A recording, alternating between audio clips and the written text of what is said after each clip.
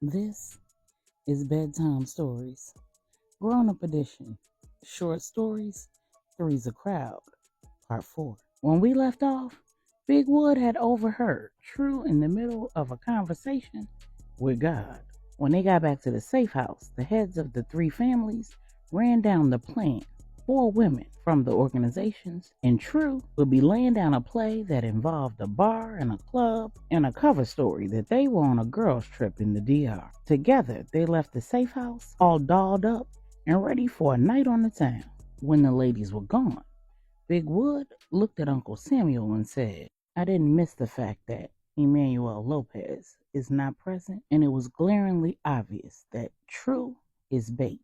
Are you planning to clue me in, or is this a test for me too? Samuel said, You passed it. I'm glad to see that you're not so captivated by her outward appearance that you're not on your P's and Q's. But I didn't expect anything less. Manny's dealing with that situation with Stephanie. She was on that plane with y'all, correct? Woody said, She was.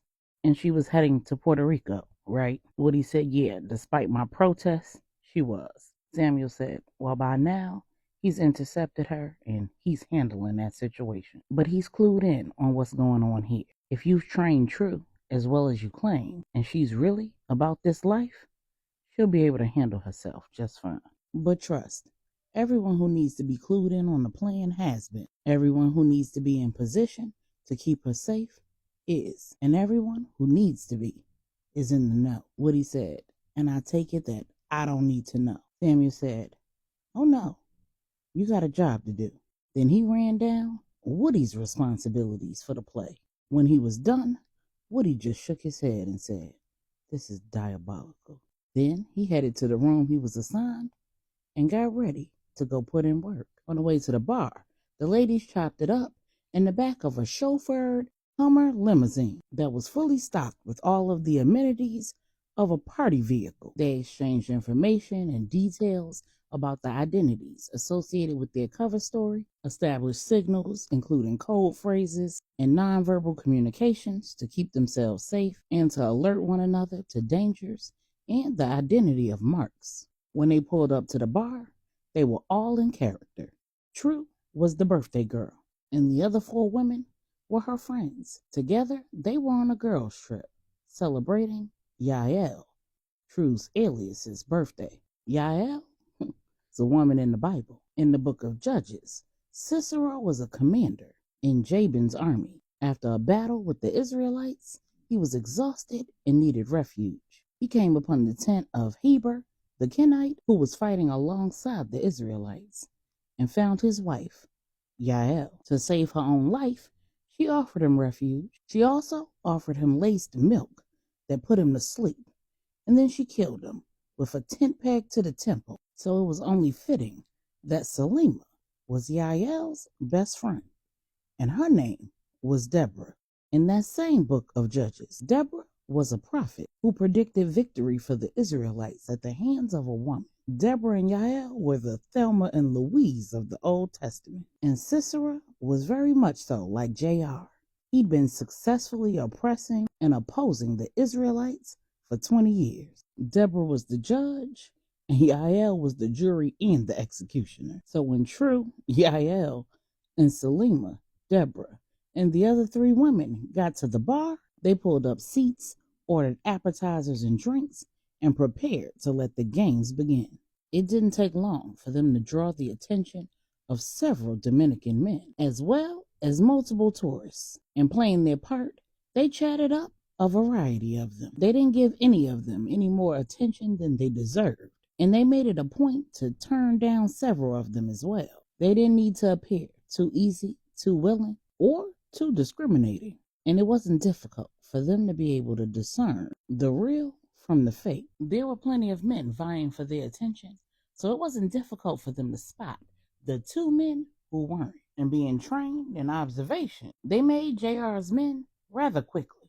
They were seated to ensure that one man had his eyes on the front door and the other had his eyes on the back. And Tru didn't miss the firearms on their hips either. As they prepared to leave, several of the men wanted to know where they were going and if they could go too. Salema made it a point to be overheard by the two men in the corner when she asked several men who'd approached them where they thought they should go for the evening. When several of the men told them about a club that was within walking distance that played merengue, bachata, dembo, a form of Dominican rap, Afro beats, R&B, and hip hop, the women made it a point to be observed, saying that sounded like a good idea. They walked to the club with several men trailing behind them, several in front, and several appearing to be tagging along. But when they got to the club, all bets were off. They let the men know that this was a girls' trip and they wasn't choosing the night. They appreciated the tips, the directions, and the escort, but they were heading in alone. Several of the men went on about their business, and several others waited in line to gain access to the club. And just like a club anywhere else in the world, when the security saw these fine women, light complexion, medium, dark, short, tall, average height, slim, thick, plus size, and all fine and dressed to the nines, they waved them in ahead of the lines. But of course, they'd also been paid to do so. When the ladies got inside, the club was jumping. Salema said, "Damn, I wish this really was a girls' trip. This the joint right here, ain't it?"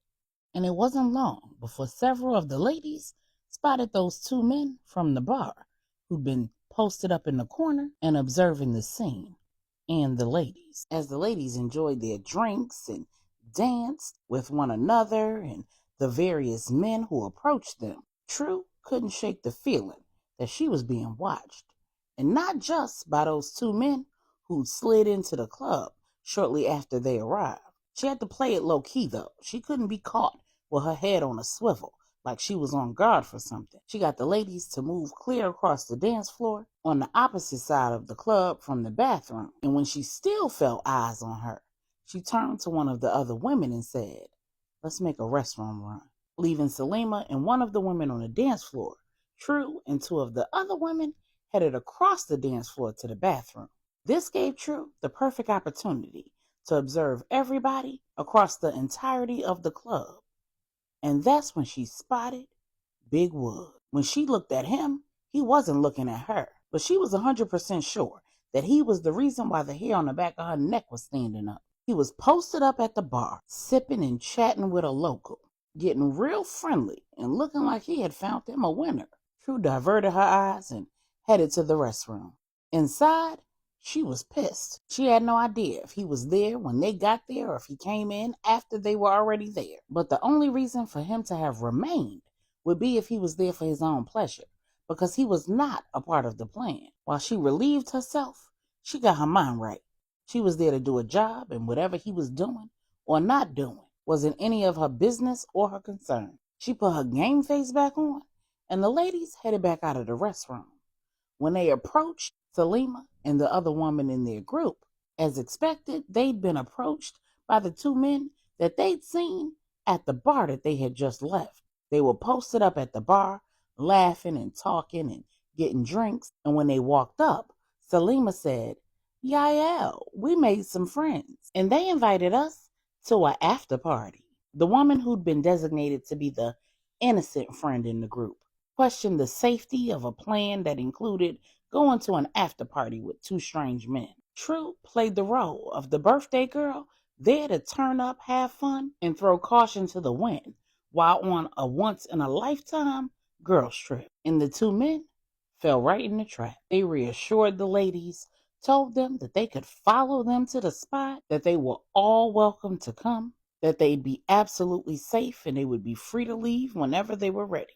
One of the other women played the role of a married woman who hadn't been out of the house or out of the country in quite some time, who needed to let her hair down and have as much fun as she possibly could with her girls in the Dominican Republic. And Salema played the role of the girl who had a man back in the States, who she needed to update about her whereabouts, but she was absolutely down for some fun that he'd never hear about. The five women played their roles to a T. The two men were thirsty to get these five fine American beauties up out of the club into the Ramirez after hours spot, where there would be other ladies and friends of theirs who were choosing and spending. As they headed towards the door, Tru saw Woody leaving the club with the local who he'd been chatting with and sipping with and flirting with. And Salema didn't miss the quick shift in Tru's energy and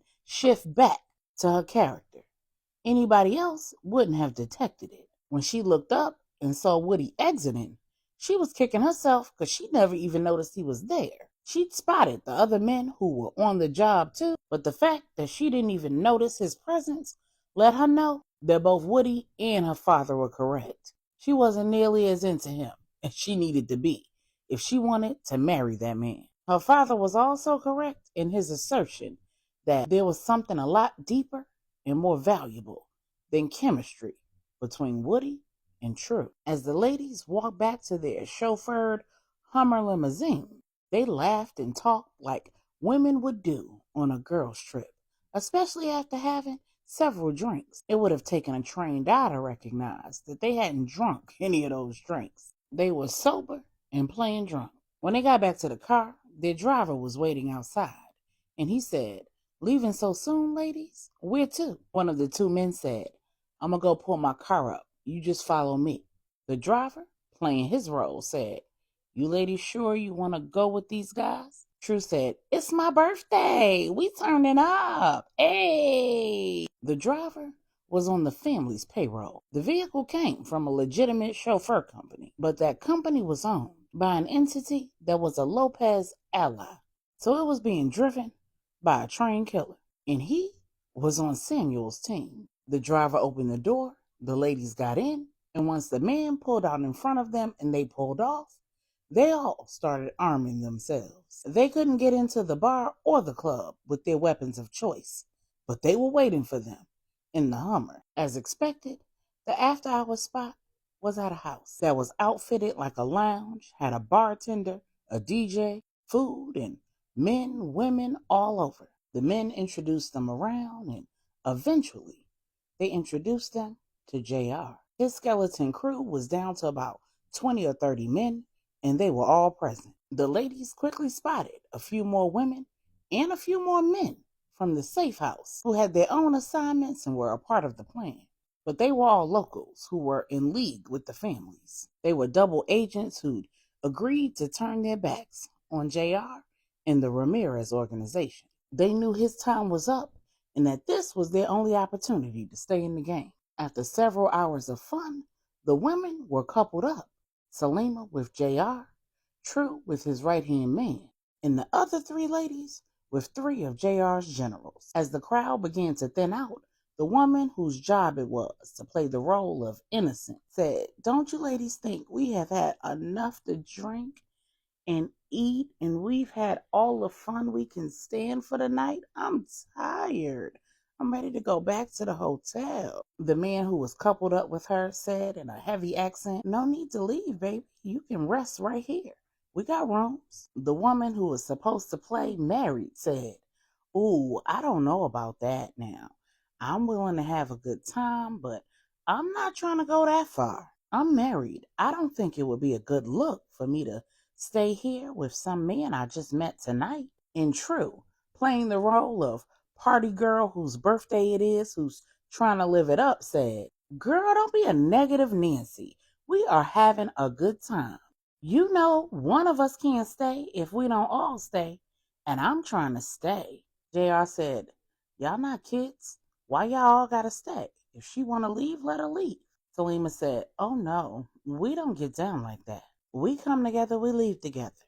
If my girl ain't staying, I gotta go. I'm sorry, Poppy." When JR asked that they stay just for a little while longer and Salema go talk with him in private, the women knew that it was time. The innocent friend and the married friend stayed out in the common area with the two men that they were coupled up with. And the other three ladies went into private rooms with the men they were coupled up with. In the room where Tru and JR's right-hand man was, Tru went to reach in her purse and he freaked out. She said, "Whoa, calm down. I'm just getting a condom. What's wrong with you?" Hearing that, he got excited and relaxed. He sat on the edge of the bed. She handed him the condom, and standing in front of him, she pressed his face between her breasts. As he caressed and kissed all over them, she slid his shirt over his head.